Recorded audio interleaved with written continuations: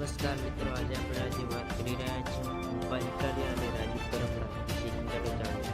રાજુ કરપડાએ આ ભારતમાં ગુજરાતમાં તેમની પ્રમુખ એવા બોટાદ માર્કેટિંગ યાર્ડ મામલે ખેડૂત માટે યોગ્ય દર માગતા હતા અને લોક પ્રતિબંધો યાદ તેમની ધરપકડ પણ થઈ હતી. ગોપાલ ઇટાલિયા તેમની આસપાસ પહોંચ્યા અને તેમની એકલા ઉપવાસ ચાલુ રાખ્યા. ઇટાલિયાએ કરપડાને મળ્યા સમયે સરકાર પર કડક પ્રહાર કર્યા અને કૃષિમારો માટે નીતિ પરિવર્તનની માંગ કરી. બોટાદના મહાપંચાયત લોકસભા પ્રમુખ આમ બોટાદના માર્કેટિંગ યાર્ડ ખાતે એક યોજના જાહેર કરી હતી, તેથી પોતાનો અધિકાર માટે ચાલી. પોલીસ દ્વારા એકલા ક્રિયાઓને અટકાવ, સુરક્ષા બંદોબસ્ત વધારે કામગીરી પણ થઈ હતી. ચૈતર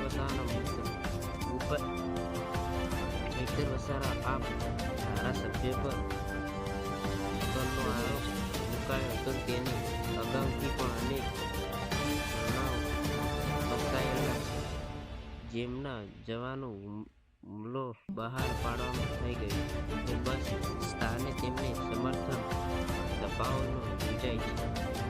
ઇટાલિયાએ ઉલ્લેખ કર્યો છે કે મુદ્દો એ નથી પણ રાજકારણ અને મુદ્દો એ ચૈતર વસાવાને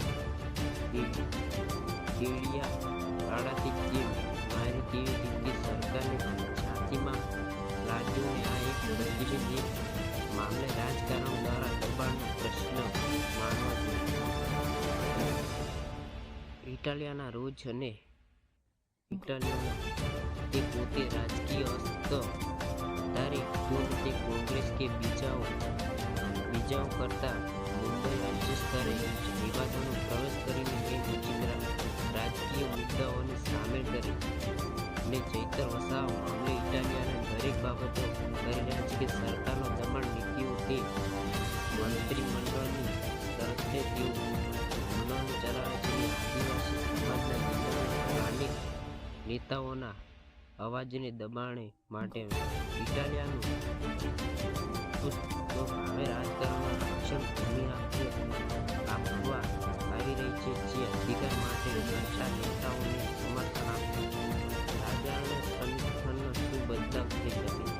આપની છતી તેમજ થઈ ઇટાલિયા દ્વારા મુદ્દાઓ સામે અને ઉઠાવવા કામગીરી આપને ખેડૂતવાળા અધિકારોને રાજકીય પક્ષ તરીકે પ્રદર્શિત કરવાનો પ્રયત્ન અને બીજી પર દબાણ વધી શકે છે. ભારે આરોપ, ઘડતર, વિરોધ અને લોકસભાઓને બીજી ઉપર લોક દબાણ